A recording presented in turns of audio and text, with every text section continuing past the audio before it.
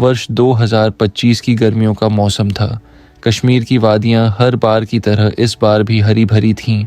झीलों का पानी नीला और साफ था और पहाड़ों की चोटियां बर्फ से ढकी हुई थीं। ऐसे ही एक शांत और खूबसूरत दिन में दिल्ली से आए एक परिवार ने पहलगाम का रुख किया।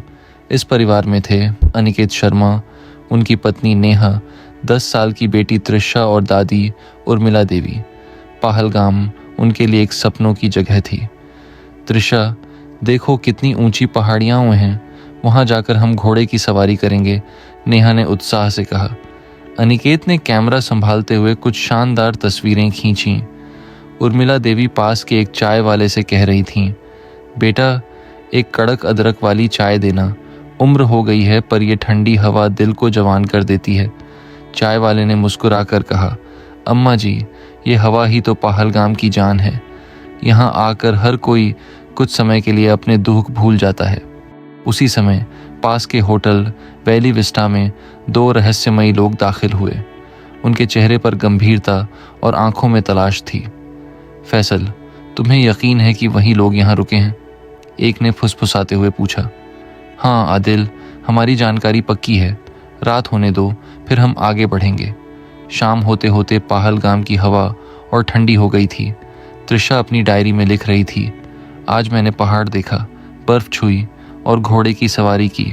मम्मी ने कहा हम कल बाईसारण वैली जाएंगे। होटल के लॉबी में सब लोग टीवी पर समाचार देख रहे थे। एक ब्रेकिंग न्यूज़ आई, सीमा पार से घुसपैठ की आशंका, जम्मू कश्मीर में अलर्ट जारी।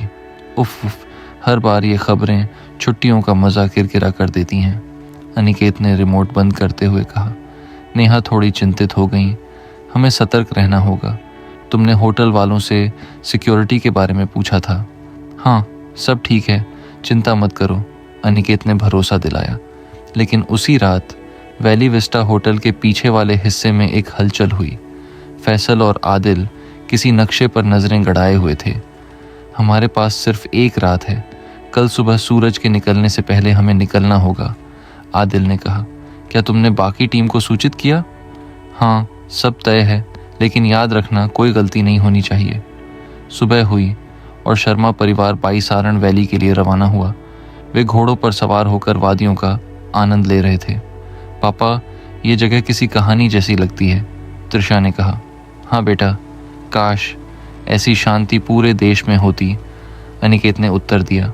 लेकिन पहाड़ियों के पीछे कुछ और ही कहानी चल रही थी। फैसल और आदिल ने पहाड़ी की एक चोटी पर पहुंचकर रेडियो सेट निकाला। टारगेट पोजीशन में है, ऑन ऑपरेशन अल्फा शुरू किया जाए, फैसल ने कहा।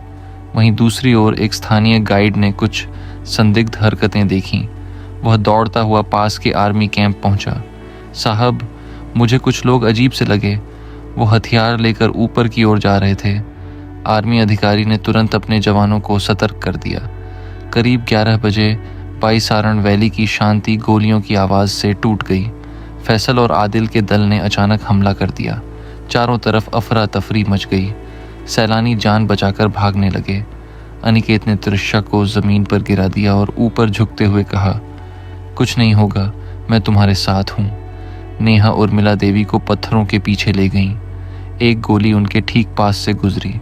सेना ने तत्काल मोर्चा संभाला। दोनों ओर से गोलाबारी शुरू हो गई, लेकिन इस सब के बीच कई निर्दोष लोग घायल हो गए। हमले के 2 घंटे बाद सेना ने पूरी घाटी को सुरक्षित कर लिया, लेकिन तब तक बहुत देर हो चुकी थी। 26 लोग अपनी जान गंवा चुके थे और 17 घायल थे। फैसल और आदिल मारे गए, लेकिन उनके पास से बरामद दस्तावेजों से पता चला कि वे एक बड़े आतंकवादी नेटवर्क का हिस्सा थे। शर्मा परिवार जिंदा बच गया, लेकिन त्रिशा का मासूम मन पूरी तरह डर गया था। पापा, लोग क्यों ऐसा करते हैं? क्या हम फिर कभी यहाँ आएंगे? अनिकेत की आंखों में आंसू थे। उसने त्रिशा को गले लगाते हुए कहा, हम ज़रूर आएंगे बेटा, पर तब जब यहाँ फिर से अमन होगा। हमले के बाद एक विशेष जांच दल पहुंचा। उन्होंने होटल वैली विस्टा के सीसीटीवी फुटेज, मोबाइल रिकॉर्ड्स और रहस्यमयी मेहमानों की बुकिंग डिटेल्स खंगालीं। जांच में पता चला कि हमला केवल पर्यटकों पर नहीं, बल्कि एक स्थानीय नेता को मारने की योजना थी जो उसी दिन उसी क्षेत्र में भ्रमण पर था। ये कोई साधारण हमला नहीं था, अधिकारी अंसारी बोले। इसके पीछे गहरी राजनीतिक साजिश है। दिल्ली में गृह मंत्रालय को सतर्क किया गया। जम्मू कश्मीर की सुरक्षा बढ़ा दी गई। घटना के बाद नेहा को एक स्थानीय टीवी चैनल ने इंटरव्यू के लिए बुलाया। कैमरे के सामने वह दृढ़ दिख रही थी। हम छुट्टी मनाने आए थे, पर अब मैं कह सकती हूँ कि ये हमारी ज़िंदगी का सबसे बड़ा सबक था, नेहा बोली। मैं सरकार से आग्रह करती हूँ कि कश्मीर की सुरक्षा को केवल सेना पर न छोड़ा जाए, यहाँ की जनता को भी साथ लिया जाए। नेहा की बात वायरल हो गई। लोग उन्हें पहलगाम की बहादुर बहू कहने लगे। हमले के बाद कश्मीर में एकजुटता की लहर दौड़ गई। स्थानीय लोग सेना के साथ मिलकर निगरानी दल बना रहे थे। पर्यटन फिर से धीरे धीरे लौटने लगा था। त्रिशा ने स्कूल में अपने अनुभव पर निबंध लिखा और उसकी रचना अखबार में छपी। अगर हम डरेंगे नहीं तो कश्मीर फिर से जन्नत बन जाएगा, उसकी पंक्तियां थीं।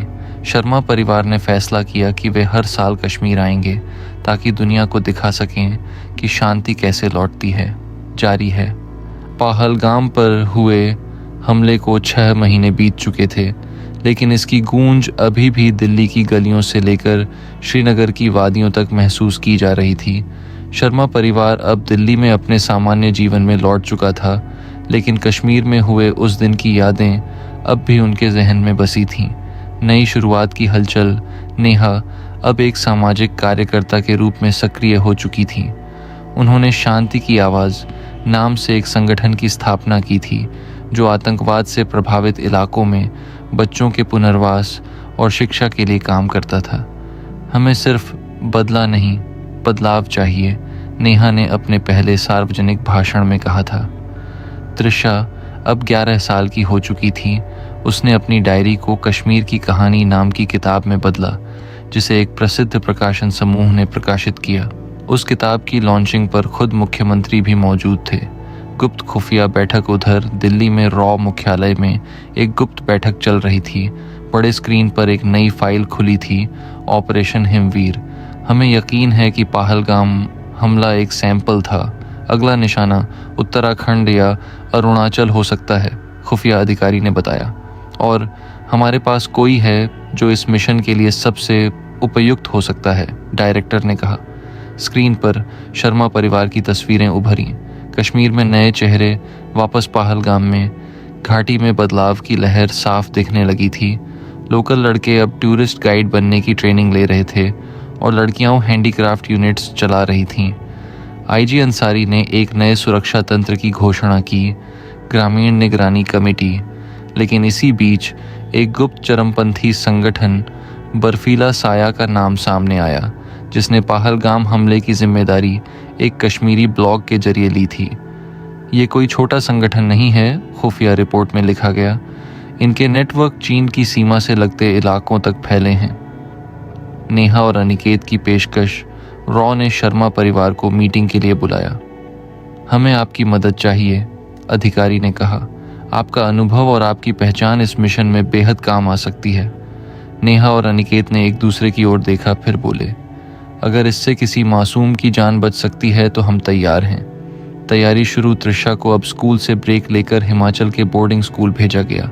उर्मिला देवी ने मुस्कुराकर कहा, बेटा, अब तेरे नाना की तरह तू भी देश सेवा में जा रही है। नेहा और अनिकेत को खास ट्रेनिंग दी गई। उनकी फाइल में अब लिखा था, सिवोप्स कश्मीर सेक्टर, पृष्ठभूमि में साजिश इधर। बर्फीला साया का नया प्लान तैयार था। इस बार निशाना था अमरनाथ यात्रा। एक नकली साधु के वेश में उनका एजेंट जम्मू पहुंच चुका था। इस बार हमला दिमाग से होगा, बंदूक से नहीं, फैसला के उत्तराधिकारी रईस ने कहा। कश्मीर की नई सुबह। शर्मा परिवार एक बार फिर घाटी में उतरा, इस बार पर्यटक नहीं बल्कि शांति के सैनिक बनकर। नेहा ने कहा, अब हम डर कर नहीं आए, अब हम उम्मीद लेकर आए हैं। अंत नहीं, शुरुआत। सीन RAV के ऑपरेशन रूम में रेड अलर्ट बजता है। स्क्रीनों पर हिमाचल, अरुणाचल और जम्मू के नक्शे उभरते हैं।